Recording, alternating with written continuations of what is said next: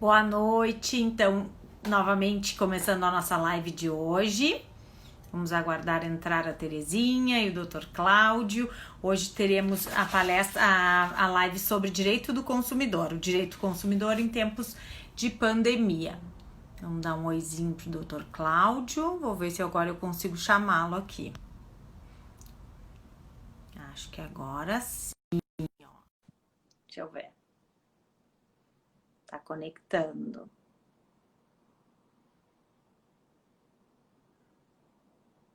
Tá aguardando o Dr. Cláudio entrar. Enquanto a gente aguarda o ingresso dele na live, eu vou lendo o currículo do Dr. Cláudio. Ele é advogado, membro da Comissão de Direito do Consumidor do Instituto dos Advogados Brasileiros, do IAB, é associado do IARGS, é presidente do Fórum Nacional das Entidades Civis de Defesa do Consumidor. Tá aguardando, vamos ver se ele vai ingressar.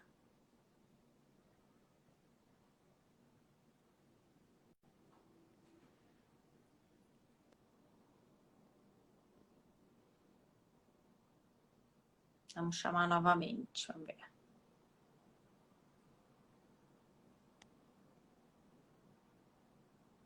Aqui.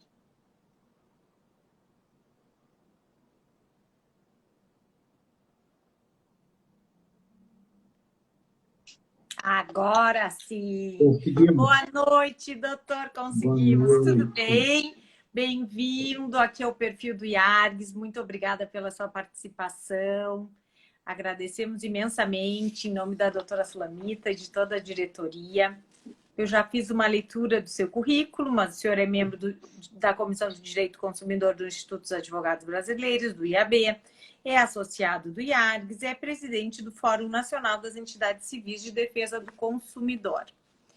E vai nos falar hoje, então, sobre o direito do consumidor em tempos de pandemia. O que temos de novidades, ou de pioras ou melhoras? O que o senhor tem para nos dizer, doutor, por favor? Bom, em primeiro lugar, boa noite, doutora Ana Amélia, boa noite aos colegas. É uma satisfação enorme para mim participar dessa live hoje, pelo vínculo emocional que a gente tem com o IARGS, né? A gente, desde 2008, é filiado ao IARGS e, apenas para colocar os colegas o porquê desse meu vínculo afetivo com o IARGS, tudo começou com meu avô, que é um dos fundadores do IARGS, Dr. Arnaldo da Silva Ferreira, né? E também o meu pai, né, o saudoso Dr. Aldo Leão Ferreira, que foi presidente do IARGS durante 2 gestões. Então, para mim, é uma satisfação enorme. Quero também agradecer à doutora Sulamita Cabral a oportunidade, a minha querida colega doutora Gisele Cabral, também, que tive a oportunidade de conhecê-la melhor ali na nossa especialização de Direito do Consumidor na Universidade Federal do Rio Grande do Sul. Então, assim, mais uma vez agradeço a oportunidade. Eu gostaria de tocar em alguns pontos com os colegas. Enfim, esse tempo de pandemia, a gente imagina que, assim, a defesa do consumidor, o direito do consumidor, ganha ainda mais destaque, né? Posto que as situações, enfim, que o consumidor está submetido, enfim, vários contratos, a dificuldade, muitas das vezes, de honrar alguns contratos em função da pandemia. Então, assim, são muitos aspectos na defesa do consumidor que eu gostaria de brevemente repassar aos colegas. O primeiro ponto que eu gostaria de abordar com os colegas é as campanhas de recall, né? Recall, como todos sabemos, é quando o fabricante detecta algum vício ou defeito no produto, ele é obrigado pela legislação brasileira a convocar os adquirentes daqueles produtos. E carro, por exemplo, é muito normal, não só aqui como em todo o mundo, né? Então, nesse ponto, assim, a Secretaria Nacional do Consumidor oficiou as montadoras, enfim, as empresas, para que não deixem de seguir as campanhas de recall com todo o acompanhamento de regramento, distanciamento social, enfim. E as empresas, enfim, têm acatado, porque o consumidor, especialmente um carro, por exemplo, né, o que pode acontecer se o consumidor, muitas das vezes, não atende aquele chamamento daquela campanha de recall? Muitas vezes pode acontecer, inclusive, um acidente fatal. Então, assim, a gente saúda a Senacom por não ter interrompido esse tipo de campanha que é fundamental para o consumidor, diz respeito até com a sua própria segurança, né? O próprio Código de Defesa do Consumidor é muito claro quando diz que os produtos que são colocados à disposição do consumidor têm que, dentre outros princípios, ter a segurança, né? Então, a gente tratando nesse específico ponto da questão de segurança, né? Outro aspecto que a gente também gostaria de colocar aos colegas é a questão do consumidor.gov. Consumidor.gov foi criado em 2014, é uma ferramenta, é um portal onde o consumidor tem a possibilidade de ir em contato com uma pessoa, com um comerciante, com um fabricante que lhe vendeu aquele determinado produto, tentar uma conciliação, né?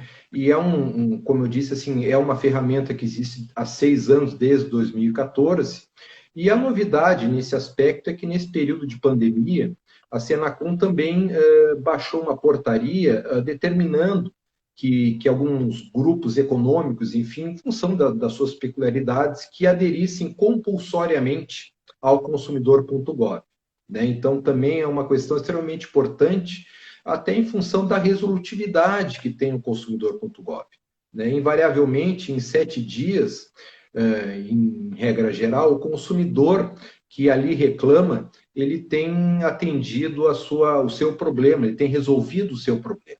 Então, assim, ainda mais em época de pandemia, é extremamente importante ampliar, né, as ferramentas de conciliação, né, especialmente assim num contexto, apesar de todos nós advogados, né, mas assim todos sabemos que a justiça, né, e a justiça do Rio Grande do Sul especialmente está abarrotada, né, remontando dados de 2000 do Conselho Nacional de Justiça de 2018, tramitavam em 2018 mais de 80 milhões de processos. Só no Rio Grande do Sul, 4 milhões de processos, né? E processos que terminam em acordo, naquela ocasião, era em torno de 4 milhões, né? Ou seja, uma resolutividade muito baixa no Poder Judiciário. Então, daí a necessidade da criação de ferramentas, de mecanismos de composição e resolução de conflitos de massa, especialmente de consumo. Então, assim, a gente entende como fundamental, né, que mais empresas adiram ao consumidor.gov, como a outras plataformas, para que o consumidor possa ter mais opções de solucionar os seus problemas, né? Os PROCONs prestam relevante serviço, mas quanto mais opções o consumidor tiver para solucionar os seus problemas de relação de consumo, a gente entende que é extremamente importante. Outro aspecto que a gente gostaria de colocar para vocês é a questão do preço abusivo, né? Ainda há pouco estava vendo uma comunicação da Secretaria Nacional do Consumidor, mais 4 empresas foram notificadas com relação à abusividade de preços. O Brasil, desde 94, impera assim, a liberdade de preços, né? A gente já teve experiências num passado não tão distante, no qual a liberdade o congelamento de preços, melhor dizendo, não era o melhor caminho, né? Porque causava desabastecimento, enfim, uma série de situações. Por exemplo, outro dia, ainda em contato com um secretário equivalente ao secretário nacional do consumidor da Argentina, ele me colocava que na Argentina há um grande tabelamento de preços de modo amplo, né, que lá estaria surtindo efeitos positivos para o consumidor. E eu até mencionei para ele que a experiência brasileira nesse aspecto não é boa. Não é boa porque causou desabastecimento. A gente entende que, salvo algumas exceções, como questão de medicamentos, que tem que ser muito pontual, assim, a questão do tabelamento, o mercado, obviamente a gente não pode deixar o mercado livre, mas, enfim, o mercado se regula, né? O importante é que o consumidor tenha informações né? E que os órgãos de defesa do consumidor estejam atentos também para defender o consumidor. E aí, nesse contexto, assim, o que a gente verificou, principalmente no início da pandemia, é que assim, preços de alguns produtos dispararam, como, por exemplo, álcool gel, como, por exemplo, máscaras, enfim, vários As equipamentos, luvas, né? luvas, né? Então, assim, vários equipamentos, de uma hora para outra, tiveram seu preço, assim, quadruplicado, triduplicado, enfim, até determinado ponto é normal, porque a gente vive a lei da oferta e da procura, né? Então, um determinado produto que tem uma produção razoavelmente restrita e de um dia para a noite há uma demanda muito grande, é normal que haja algum aumento de preço. O que diz o Código de Defesa do Consumidor? O Código de Defesa do Consumidor veda a prática do preço abusivo sem justa causa, né? Por isso que, invariavelmente, quando há aquelas fiscalizações de PROCONs, de Ministério Público, a primeira providência que os órgãos de fiscalização e controle fazem é pedir as notas fiscais. Porque o comerciante é aquela face mais visível ao consumidor. Só que de trás daquele comerciante tem toda uma cadeia produtiva, né? Muitas das vezes o comerciante já comprou por um preço elevado aquele determinado produto. Então, não seria justo penalizar o consumidor quando ele já comprou por um preço elevado, né? E o que diz o artigo 39, inciso 10º do Código de Defesa do Consumidor, como eu bem disse, veda a justa causa, ou seja, aumento injustificável de preço. E tem outros desdobramentos, como, por exemplo, a questão da lei do aumento arbitrário de lucros, também constitui crime contra a ordem econômica. Enfim, a livre concorrência é importante bem deixar claro, principalmente porque a gente, no Brasil, no ano passado, promulgou uma lei de livre concorrência. A livre concorrência não autoriza o comerciante a praticar preços de modo aleatório, sem critério nenhum, né? Porque isso invariavelmente vai prejudicar o consumidor. Então, aquele comerciante que comprou aquele produto por um determinado preço, ele não pode para praticar um preço sob pena até de dumping, né? E recentemente a gente viu um determinado anunciante, de uma hora para outra, vendendo, por exemplo, preços de uma televisão que custava no mercado R$ 2.000, aquele comerciante vendia a R$ 1.000. Sim, uma E coisa aí, impossível, né? e aí até um deputado federal que se dedica muito à defesa do consumidor fez uma matéria sobre essa situação, e aí o diretor da empresa, não, mas isso daí é uma técnica de marketing.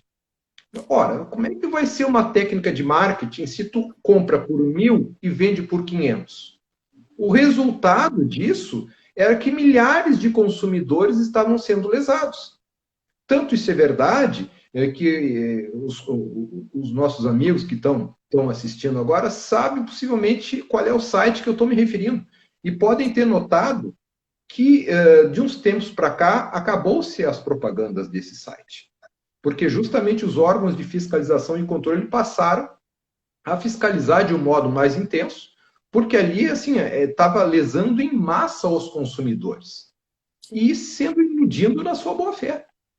Né? Então, assim, é importante o consumidor, o melhor fiscal, né, desde a época do Plano Real, já vai-se algum tempo, o melhor fiscal é o consumidor. Né? O consumidor tem que ter atenção nesse momento, porque, assim, infelizmente, poucos, mas alguns comerciantes, né, buscam lucrar às custas do consumidor, enganar o consumidor. E aí a gente não pode, enquanto órgãos de fiscalização, quanto entidades civis também de defesa do consumidor, deixar isso acontecer. Então, assim, é importante que o consumidor esteja atento, que o consumidor, em qualquer dúvida, procure o PROCON, procure a sua associação de defesa do consumidor, e aí apenas fazendo um parênteses, a gente está num ano extremamente importante para a defesa do consumidor, o ano de 30 anos do Código de Defesa do Consumidor, né? E para nós, eu, enquanto atuante da defesa do consumidor com relação à Associação de Defesa do Consumidor, também a gente gostaria de destacar também que faz 45 anos das entidades civis de defesa do consumidor. Em 1975, em Porto Alegre, nascia a Associação de Proteção ao Consumidor, fundado por um colega nosso, Dr. Renato Mótola, de saudosa memória, que fundou no Brasil a primeira Associação de Defesa do Consumidor. Então, assim, o consumidor tem todas as ferramentas à disposição, cabe a ele ficar atento, né, porque as reclamações, por incrível que pareça, as reclamações que chegam aos PROCONs são cada vez em maior número. Né? Mesmo com época de pandemia, mesmo com época em isolamento social, falo com vários PROCONs do Brasil inteiro e todos são unânimes dizer que nunca trabalharam tanto, que nunca atenderam tanto o consumidor. Então, esse é o efeito colateral da economia, enfim, do momento singular que a gente está vivendo. E os órgãos de defesa do consumidor estão atentos e vigilantes que estão fazendo o seu papel. Outro aspecto assim, importante que também causou e continua causando ainda uma série de transtornos aos consumidores, porque de uma hora para outra o cenário mudou. Né? Por exemplo, em Porto Alegre não é diferente. Da outro dia eu fui no aeroporto Salgado Filho, eu nunca vi o aeroporto Salgado Filho com praticamente nenhuma pessoa. Né? E aí eu me refiro do transporte aéreo. Né? Muitas das vezes, assim, a gente comprou passagem e a gente está... Daqui em julho teríamos férias escolares em condições normais. E como fica? Né? E como fica a questão do consumidor que comprou aquela passagem, que se programou e que agora está tendo dificuldades? Né? É interessante, assim, as coisas estão mudando de modo tão rápido que uma das coisas que me chamou muito a atenção, a videoconferência hoje em dia virou uma situação normal, né? Então, assim, uma determinada empresa que faz esse tipo de serviço, né, a partir da pandemia, essa empresa que, a princípio, há um mês atrás, 2 meses atrás, não valia praticamente nada, hoje vale mais de 4 vezes as 4 principais companhias aéreas da Europa. Então, assim, só para o consumidor ter ideia da mutação econômica que estamos vivendo. Né? E, assim, o que o consumidor, especificamente com relação ao transporte aéreo? A Secretaria Nacional do Consumidor editou uma nota técnica número 2, né, isso foi em fim de março, início de abril, onde tratava do reembolso, porque assim, os voos estavam sendo cancelados não pelo consumidor, mas sim pelas companhias aéreas, pela própria empresa. Né? E a Senacom emitiu essa nota técnica dizendo que, e é importante também deixar claro para o consumidor, eu vou falar várias vezes em notas técnicas da Secretaria Nacional do Consumidor, mas é importante deixar muito claro ao consumidor, ao amigo que está assistindo, que essas notas técnicas da Secretaria Nacional do Consumidor não são vinculativas. Elas servem como referência ao consumidor. O consumidor pode, eventualmente, discordar daquele teor daquela nota técnica e pode, obviamente, discutir em juízo a sua questão. Né? Como eu estava dizendo, essa nota técnica da Senacom, ela, em apertada síntese, ela disse que o ressarcimento, o reembolso do consumidor se dará em 12 vezes. 12 vezes. A gente, assim, compreende que o Brasil tem a malha aérea, por exemplo, está cada vez mais concentrada. Até alguns meses atrás, a gente tinha 4 companhias aéreas, agora temos 3 companhias aéreas. Temos um mercado muito concentrado, né? Mas isso também não pode sacrificar ainda mais o consumidor. Então, assim, se o consumidor entender que é muito elevado esse período de 12 meses, ele tem todo o direito de recorrer a um juizado especial, civil, enfim, para tentar abreviar o ressarcimento dessa importância. Também uma nota técnica, a nota técnica 928 do governo federal, vai nesse mesmo sentido, ou seja, o reembolso ao consumidor em 12 parcelas. Né? A gente entende que para as companhias aéreas é extremamente bom. Né? Sim, ela já recebeu, né? recebem à vista e ressarcem parceladamente, né? E aí colocaram algumas questões, como, por exemplo, a remarcação sem custo de tarifa. Bom, mas não foi o consumidor que está dando causa a isso, né? Não. É uma regra geral do direito do consumidor que o consumidor que não dá causa à inadimplência, ele não pode ser penalizado com os ônus dessa inadimplência. Sim. Então, o consumidor está sendo afetado como uma empresa aérea. Só que a parte vulnerável, e muitas das vezes a parte hipervulnerável nessa relação de consumo, não é a empresa, é o consumidor. Sim. Então, assim, é uma questão, assim, e vários órgãos de defesa do consumidor têm essa visão, onerou excessivamente o consumidor. Há uma excessiva onerosidade ao consumidor, né? Ele fez todo um planejamento, né? Tu imagina, assim, férias, normalmente, programa de um ano para outro, né? Até Claro, para conseguir claro. valores, para tu te programar no teu emprego. Então, não é de um dia... Tem questão de férias escolares também. Então, assim, férias é uma questão muito planejada que tu já adquire com maior antecedência. E viagens para o exterior ainda com mais antecedência ainda, porque envolve a questão de visto, enfim, a própria cotação da moeda, onde o consumidor vai se destinar. Muitas das vezes já vai fazendo uma poupança antes, né, até para evitar que muitas das vezes na época de viagem, normalmente o dólar, até em questão da lei da oferta e da procura, possa estar num patamar um pouco mais elevado, onerando ainda mais o consumidor. Então, assim, a gente entende a questão da força maior, enfim, só que o consumidor, o que está acontecendo é que está sendo, infelizmente, mais ainda prejudicado, né? Outro aspecto que a gente gostaria de colocar aos amigos é a questão de remarcação de eventos, de espetáculos que Pois estão é, ocorrendo, que né? também foi um horror. Doutora Ana Amélia, por favor, se eu estiver falando demais, fique à vontade para me Não, não, eu só interromper. estou dizendo, fiz um comentário que foi um horror que aconteceu, tudo remarcado. E eu fiquei com uma dúvida, doutora, a gente tá, o senhor está falando das passagens aéreas e tal, mas os hotéis também foi uma coisa que foi muito ruim, né? Porque várias pessoas que eu conversei estavam tentando trocar o hotel ou cancelar, e os hotéis de maneira alguma queriam que as pessoas pagassem ou perdessem aquele valor que já... Quanto a isso, não houve nenhuma resolução. A pessoa tem que procurar mesmo o PROCON ou o juizado especial? Olha, até para informar a ti e aos colegas, o que acontece? A gente está participando, enquanto presidente do Fórum Nacional das Entidades Civis, de reuniões com a Senacom e com a ABAV, que é as Tá. agências de viagem. O nosso objetivo, o objetivo maior da Senacom, é tentar entabular um termo de ajustamento de conduta que envolva também a questão das agências de viagem e, por consequência, também a questão da hotelaria.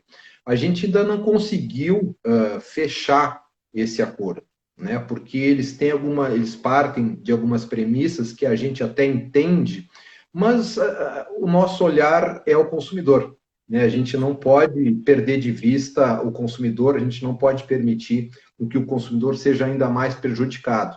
E isso a gente ainda não conseguiu evoluir a ponto de fecharmos o TAC. Mas a nossa expectativa é que nas próximas semanas a gente consiga finalizar esse TAC, né? Que possa, assim, servir como uma referência ao consumidor. Porque, volto a Sim. dizer, o consumidor não é obrigado a ficar restrito aos termos do termo de ajustamento de conduta, ele pode ser uma referência. Ocorre que muitas das vezes, assim, as empresas, assim, principalmente quando são um pouco mais, digamos, favorecidas, elas têm um entendimento de estimular e de que seja observado mais o TAC. Mas a gente sempre faz essa Sim. ressalva, que termo de ajustamento de conduta não é vinculativo. Então, como eu estava dizendo, a Secretaria Nacional do Consumidor também, com relação a essa questão de remarcação de eventos, de shows, ela fez um termo de ajustamento de conduta com o Ministério Público do Distrito Federal e Territórios e com a Agência Brasileira de Produtores de Eventos. Então, assim, a primeira coisa que a gente gostaria de destacar é que esse TAC não é todas as produtoras de eventos, e sim Ah, aquelas que estão filiadas à ABRAP. tá. Né? Essa é a primeira ressalva que a gente gostaria de fazer. E, assim, em resumida síntese, esse TAC tem alguns pontos assim que eu gostaria de destacar. O primeiro, e aí já entra o dever de informação, né? A nova data do evento deverá ser amplamente divulgada. Né? Primeiro, porque é a obrigação, no caso do produtor de eventos, se informar da realização. Né? O segundo ponto também, que o evento deverá conter as mesmas atrações ou outras do mesmo estilo musical e grandiosidade. Porque muitas Sim. das vezes é aquele negócio, eu contrato um show do, sei lá, do Roberto Carlos e depois eu quero colocar um Joãozinho lá outro do... músico, né? Sim. O Sem me cover do nominar Roberto mesmo. Carlos, sei lá. E aí o consumidor não, sabe, ele não pode comprar e pagar gato por lebre. Né? Se ele Sim, não comprou tem. aquele evento, ele tem que ser reposto aquele evento. Então, e o outro aspecto desse TAC é que os ingressos adquiridos para os eventos originais serão válidos para um novo evento sem custo adicional. Aí me parece que óbvio, né? Porque aí dentro daquele mesmo pressuposto que ele não deu causa ao cancelamento ou adiamento do espetáculo, então ele não pode ser penalizado. E Sim. aquele cliente, aquele consumidor que a produtora de eventos agenda um novo horário de show e o consumidor não pode, aí ele tem a opção de ser reembolsado. Ou ele pode ficar com crédito junto àquela produtora para assistir em outro evento. Né? Ah, Mas é importante, e esse ressarcimento também é uma questão que vocês já estão notando, assim, sempre o ressarcimento, nesse caso falando, por exemplo, não é 12 meses, é 6 vezes. sim, já Eu é um não acho pouquinho menos, mas de qualquer que é forma, tu menos. pagou à vista e vai receber a prazo, né? Não, Aí é não que é é igual. negócio, excessiva onerosidade. É, Excessiva onerosidade ao consumidor. Então, assim, o nosso receio é que, assim, ó, cause ao fim dessa pandemia uma enxurrada de ações na justiça, é. né, em que pede toda essa articulação dos órgãos de controle e defesa do consumidor. Assim, as condições que são firmados, o consumidor muitas das vezes não se sente confortável de aderir, né? Porque Não, não muitas vai das querer. vezes Sim, ele perdeu muitas vezes o seu emprego, ou ele teve a sua renda afetada. Então, claro. como é que ele vai ficar para receber, por exemplo, uma passagem 12 vezes, um espetáculo em 6 vezes, mas ele precisa de dinheiro hoje. Sim, Daqui a 6 meses, aquilo não muita coisa serve, pode né? acontecer. Então, assim, são referências, a gente entende os órgãos de defesa do consumidor, mas a gente entende que deve-se tentar avançar mais nisso, Sim. né? No sentido de abreviar o ressarcimento. E outro aspecto também, assim, que eu gostaria de colocar aos colegas, assim, que está sendo muito controvertido, a questão das escolas. Como é que faz? Exato. Ai, ai, ai. Eu Como é que ainda, eu ainda um mês, eu tô nessa aí?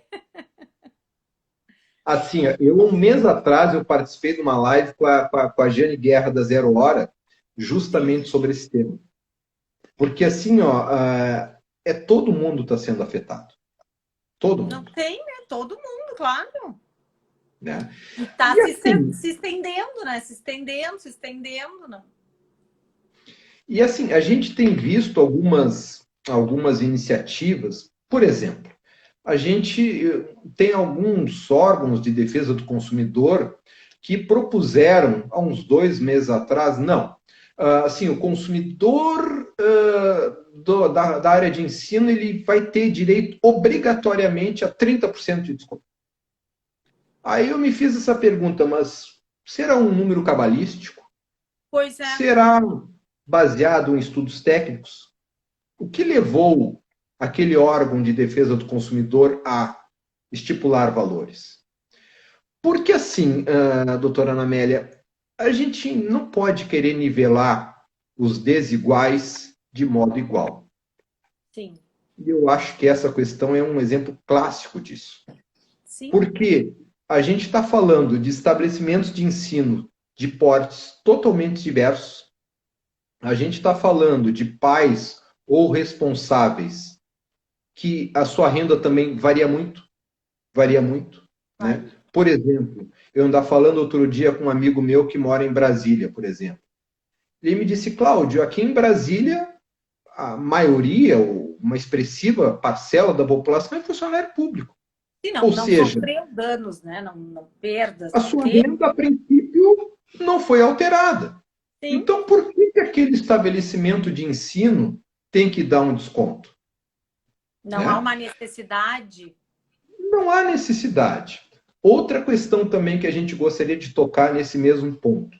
Os colegas já devem ter notado que existem nesse tempo assim várias iniciativas legislativas, Brasília, São Paulo, Rio de Janeiro, Amazonas, para citar apenas esses estados, que de uma hora para outra editaram leis, né, obrigando as escolas, os estabelecimentos de ensino a conceder desconto aos alunos.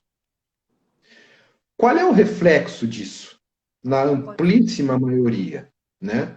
Se os colegas forem pegar, praticamente todas iniciativas legislativas estão sendo questionadas na justiça, ações diretas de inconstitucionalidade, artigo 20 da Constituição, e todas, ou pelo menos a ampla maioria das que foram questionadas, estão sendo derrubadas na justiça. Ou seja, não é com leis, com a devida vênia, no nosso entendimento, inconstitucionais, que o consumidor vai ser efetivamente tutelado. Sim. Né? A gente entende que, ainda mais nessa época, assim, sabe como é que é? Muitas pessoas querem holofotes, enfim, mas o que tem que imperar na defesa do consumidor, não só agora, como sempre, é efetividade.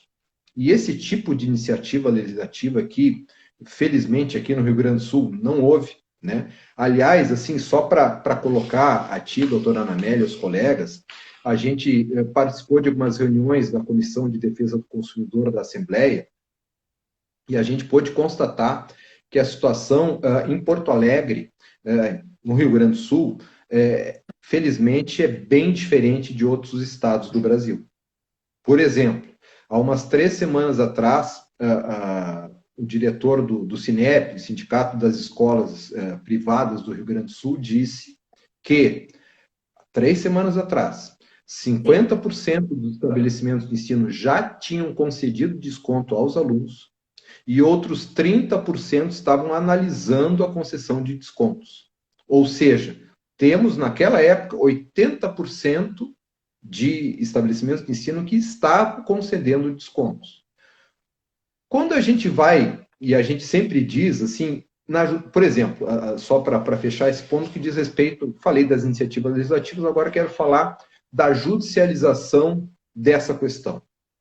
A gente tem assistido que alguns pais, alguns responsáveis por esses contratos de ensino, têm judicializado essa questão. E também, na ampla maioria das decisões que eu tenho conhecimento, a justiça não está dando guarida a essa pretensão. Qual é o caminho que a gente está sinalizando ao consumidor e que a gente reforça agora aos amigos nesse instante? A negociação, o caso a caso. Né? E aí me pergunta o Cláudio, mas por onde eu começo essa negociação? Começa muito simplesmente pedindo um documento que os pais têm a obrigação, o dever de pedir, que é a planilha de custos. Muitas das vezes, a gente, falando com alguns pais, os pais sequer sabem que eles têm esse direito. Mas, Cláudio, mas eu tenho, como é que eu vou pedir a planilha? É um favor que vão me fazer? Não, é uma obrigação da escola, daquele estabelecimento de ensino, fornecer a sua planilha de custos. E por quê? Porque a gente tem que analisar, volto a dizer, o caso a caso. Né? Por exemplo, tem instituições, tem escolas que têm uma série de despesas diminuídas nesse período. Por exemplo, energia elétrica, por exemplo, telefonia, por exemplo, alimentação. Então, assim, algumas escolas tiveram redução de custos. Então, nada mais natural e justo que seja repassado esse desconto ao consumidor, né? Ou seja, se a escola teve uma redução de custos, sei lá, de 20%, de 10%, então eu acho que é absolutamente correto e recomendável que aquele estabelecimento de ensino repasse ao pai, ao responsável daquele contrato, esse desconto. Sim. Algumas outras escolas, e aí por isso que eu digo novamente a questão do caso a caso. Por exemplo, a pré-escola. A pré-escola é uma situação absolutamente diferenciada. Por quê? Porque se trata de tu deixar o teu filho naquele estabelecimento durante um período, né? Aquilo ali não vai repor, não tem como tu repor aquilo, né? Agora, ensino médio e ensino fundamental, aí começa a ser uma outra questão. Por exemplo, tem algumas escolas que estão prestando aulas online. Sim. E a gente, assim, entende que é um meio alternativo. É o que dá para fazer, né? Mas é difícil. Não, e assim, a gente só tem. O nosso cuidado com relação às aulas online é o seguinte: é não repor a qualquer custo. Custo, Sim. entre aspas. De qualquer modo, de qualquer maneira. Não, tem que ser um ensino online também de qualidade. Claro. Porque não adianta a aprendizagem naquele período, em razão disso, ser prejudicada em razão dessa questão. Né? Então, assim, se a escola, a escola, ensino médio, ensino fundamental, não está prestando aulas online, bom, vai ter que recuperar. Porque, assim, ó, o contrato de ensino é um contrato de um ano, onde as prestações são mensais durante aquele ano. Então, assim, ensino médio, ensino fundamental, a atividade escolar obrigatoriamente deverá ser resposta. Então, assim, se obrigatoriamente deverá ser resposta, será que haverá alguma compulsoriedade de desconto? Eu acredito que não. Porque o serviço será, mês que vem ou mais adiante, obrigatoriamente ele será prestado. Sim. Então, não me parece correto a concessão de descontos. Né? Outro exemplo. A questão, assim, muitas escolas estão alegando, mas assim, ó, eu estou tendo um custo com relação às aulas online. Bom, Sim. aí a gente tem que diferenciar. Novo custo seria, né? Isso.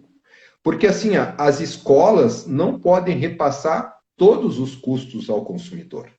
Podem repassar alguns custos. Né? Tá. Por exemplo, um estabelecimento de ensino que tem um prédio de 1.000 metros quadrados, que ele resolva construir outro de 2.000 metros quadrados, aquele custo não pode ser repassado ao consumidor. Não pode ser repassado ao consumidor. Não pode, tá. Não pode. Porque faz parte da infraestrutura ele não tá obrigado. Ele possivelmente vai aumentar a infraestrutura para aumentar a quantidade de alunos, para aumentar o seu rendimento. Sim. Perfeito. Não tem problema nenhum. Agora, não pode ser repassado esse custo para o consumidor. Né? Então, assim, a gente entende que, por exemplo, essa questão de ensino é um exemplo clássico que o diálogo tem que imperar, que a negociação tem que imperar. A gente já passou, assim, a Senacom, ainda em março, editou uma nota técnica que foi muito debatida, muito controvertida por alguns membros do sistema, dizendo, como vai ser reposta, não tem que dar desconto nenhum, e eles mesmos já estão revendo esse posicionamento. Pois é. E não erraram naquela época, é que o momento recomendava aquela posição. Só Exato. que houve uma evolução. Não se esperava tanto tempo, né, doutor? A gente não... Exato. Foi se estendendo. Como a gente começou assim, é 15 dias, vai passar 15 dias, depois tudo vai melhorar, e passaram 15, passaram 30, passaram 45, a gente já está em 100. Né? E a gente não sabe mais, o certo é que a gente não sabe quando isso vai terminar. A gente sabe, aliás, a gente sabe. quando tiver a vacina. Agora, quando vamos ter a vacina? Não se sabe, Então, né? Não temos como saber. o que está acontecendo é isso, quer dizer, o consumidor está sendo prejudicado muitas das vezes, né? A verdade Mas é uma nessa só, questão de ser ensino, prejudicado. só para colocar mais alguns dados, assim, no começo, por exemplo, vários pais reclamavam, vários PROCONs, a nós das associações de defesa do consumidor, porque não estavam conseguindo sequer contato com as escolas. Até determinado ponto, assim, bom, é compreensível uma escola fechada, enfim, e até nesse ponto a gente está notando que já está havendo uma melhora. Esse Sim. contato, que há 2 meses atrás era muito inviável, hoje já passa a ser com muito mais facilidade esse contato. Existe, né? De fato existe. Existe o contato, né? Porque muitas das vezes o que me chegava assim, Cláudio, assim, bah, mas eu tenho uma escola, mas assim, eu não quero nem falar com os pais dos meus alunos, porque eu não sei nem o que eu vou. Sim. Até determinado E ponto é quem que eu vou compreensível. dizer? Sabe que vai ser cobrado buscando uma solução. Claro. E não saberiam nem, porque as despesas são fixas, mas enfim, a receita é variável, né? Em escolas privadas pode haver uma migração de alunos, enfim, de uma escola para outra. Eu acho que o Cinep está tendo uma sensibilidade de ter um pouco mais de flexibilidade, pelo menos estimular com os estabelecimentos assim, tem uma certa flexibilidade, porque se eles não tiverem essa flexibilidade, um outro concorrente vai pegar aqueles alunos vai dar um que não jeito de teriam. pegar aqueles alunos, né? Né? Então, assim, é uma questão muito complicada, assim, eu acho que a gente tem muita... E ensino superior também, só para não dizer que eu não falei do Sim, ensino que não superior. falou. Isso, assim, por exemplo, universidades como a PUC. Né? A PUC está prestando aulas online até onde eu sei. Não sei se em todos os cursos, mas em vários cursos do direito, por exemplo, estão fazendo aulas online. Então, assim, a carga horária, bem ou mal, está sendo cumprida. Né? Sim. Mas volto a dizer, é importante o consumidor ficar atento com relação à da qualidade do serviço, no caso de ensino à distância que está sendo prestado. O nosso grande receio é esse, né? Em que condições está sendo prestada essa assistência virtual, né, aos Sim. alunos, né? É uma adaptação dos dois lados. Todo mundo, né? Porque Doutor, os eu vou ter que te professores... interromper, porque já é o segundo recadinho que a doutora Sulamita lhe coloca e eu já não li o primeiro. Então, ela está colocando aqui, parabéns ao doutor Cláudio pelas importantes colocações, muito relevante ao momento atual de pandemia. Deixa eu chegar aqui em cima, que ela já tinha colocado uma coisinha, deixa eu ver aqui.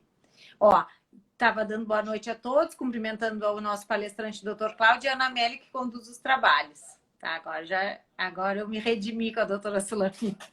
Doutor, pode continuar, por favor. Nós temos 10 minutinhos. Agora consegui olhar aqui no relógio. Perfeito. Sim, quero assim, mais uma vez, mandar um grande abraço para a doutora Sulamita, uma pessoa que eu tenho um apreço enorme. A gente conhece a doutora Sulamita há muitos anos, quer dizer, enfim. Eu gostaria de colocar, já que o nosso tempo é curto e as pautas do consumidor são muito grandes, a questão de academias. Né? Pois é, Em Porto Alegre. É tudo difícil, né, doutor? Só que a academia, eu acho que ainda é pior, porque, por exemplo, falando de Porto Alegre, há um novo decreto que estabelece um aluno por vez. Várias academias estão dizendo que é absolutamente inviável, não vale a pena. Então, e como é que tu vai prestar aula remoto de educação física? O risco de uma lesão do consumidor, enfim, quer dizer, os próprios conselhos regionais de educação física não estimulam a prática de aula virtual. Então, assim, é uma série de situações. Planos de saúde, certo? Plano de saúde, assim, um outro aspecto é que tem vários planos que não estão dando cobertura ao teste de coronavírus, porque não estava presente. E aí até uma entidade filiada ao Fórum Nacional das Entidades Civis, a dos EPS, lá em Recife, Pernambuco, obteve uma liminar determinando com que a Agência Nacional de Saúde Suplementar preveja nos contratos de saúde suplementar aqueles testes de Covid, IgG e IgM, para que os consumidores também estejam assistidos. Então, assim, eu teria muitos outros assuntos a falar aqui, mas, enfim, eu acho que em apertada síntese, esses são os principais pontos que a gente gostaria de destacar. Só para finalizar, da minha parte, as entidades civis têm várias ações civis públicas tramitando. O DEMAI, contra o DEMAI aqui em Porto Alegre, está sendo proibido o corte por inadimplência, graças a uma entidade civil. Yeah. A Sulgás também, né? O Fórum Nacional contra as Teles também. Enfim, vários são os temas que são da defesa do consumidor, ainda mais em época de pandemia, então a gente teria tempo, pelo menos pauta, para muita conversa daqui para frente. A doutora Tereza Cristina Meixe está dizendo aqui, eu e o Meixe estamos assistindo juntos e parabenizamos pela clareza e didática da apresentação. Foi excelente, doutora. Eu já deixo aberto aqui o convite para uma próxima live, com mais temas, de repente com novidades que vão surgindo, né? Porque isso também foi... Nós começamos com as lives no momento que não sabia por quanto tempo e estamos vendo que vão seguir acho que até o final do ano, né? Como tu mesmo já dissesse, não se sabe até quando vai, mas está se prolongando, né, doutor? Essa eu queria até saudar, assim, essa iniciativa do IARGS, né, dessas lives, é extremamente importante. Eu acho que isso é mais um legado da gestão da doutora Sulamita, que certamente terá continuidade, passada a pandemia. Esse é um canal extremamente importante para a qualificação tanto dos associados quanto da comunidade jurídica do Rio Grande do Sul. Muito obrigada. Então, a doutora Sulamita ainda está me parabenizando pela condução. Não, doutora, eu que Eu agradeço a também. oportunidade, agradeço a participação de todo mundo. O doutor Cláudio foi muito bom, muito bom. Lembrando que todas as lives, todas as videopalestras estão disponíveis no site do IARGS e também no canal do YouTube. Então, quem quiser consultar, é só olhar lá depois. Tá certo? Reitero, então, um convite para uma próxima, tá certo, doutor? Fico à Uma boa disposição, doutora Ana noite. Amélia. Muito Obrigado, eu que obrigada. agradeço. Tchau, tchau. Até uma próxima. Tchau.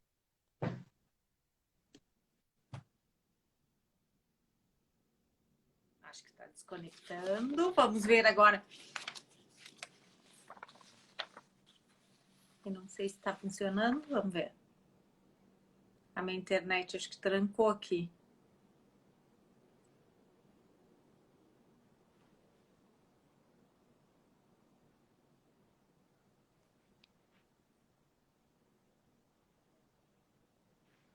Deixa eu ver. Terezinha, eu tô no ar ou não?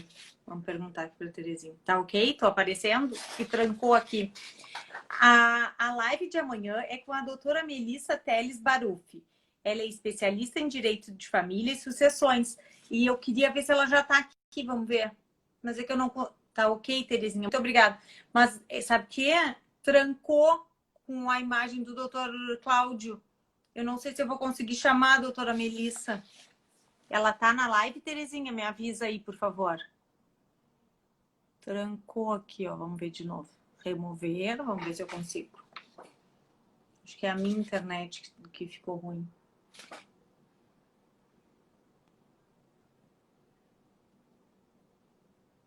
Oi, doutora Melissa. Eu já vou tentar lhe chamar. Deixa eu ver.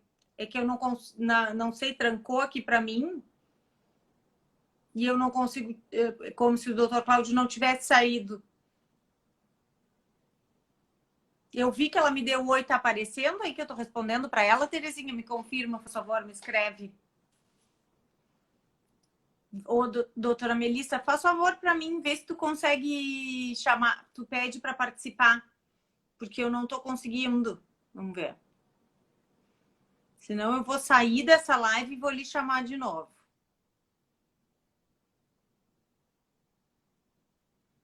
Para mim não tá, trancou. Deixa eu ver a internet aqui. Doutora Melissa, tu consegue me chamar? Tu consegue pedir para participar da live? Vamos ver.